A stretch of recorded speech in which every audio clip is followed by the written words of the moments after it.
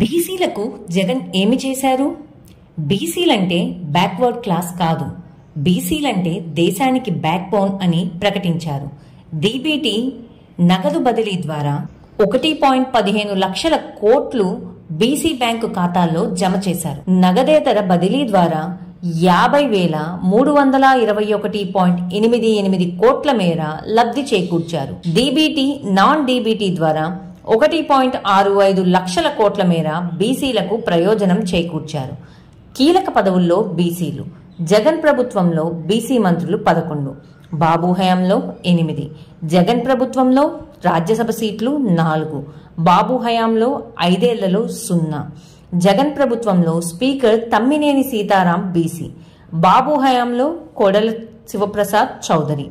ఎమ్మెల్యేలు 30, ఎమ్మెల్సీలు 19, కార్పొరేషన్లు 56, మేయర్ పదవులు 9, మున్సిపల్ చైర్మన్లు 98, జెడ్పీ చైర్మన్లు 9, జెడ్పీటీసీలు 215. ఇది కాకుండా టీడీపీ నుంచి గత ఎన్డీఏ హయాంలో వచ్చిన 2 కేంద్ర మంత్రులు అశోక గజపతిరాజు, సుజనా చౌదరి బీసీలు కారు, ఒక్కరు కూడా బీసీలు లేరు. సుజనా చౌదరి అయితే బ్యాంకులకు 6,000 కోట్లు ఎగ్గొట్టిన వ్యక్తి. ఈ విధంగా చూసుకుంటే బీసీలకు జగన్ ఏం చేశారనేది ప్రజల కళ్లకు కట్టినట్లుగా కనపడుతుంది. ఈ వీడియో కనుక మీకు నచ్చితే లైక్ చేయండి, మా ఛానల్ని సబ్స్క్రైబ్ చేసుకోవడం మాత్రం మర్చిపోకండి.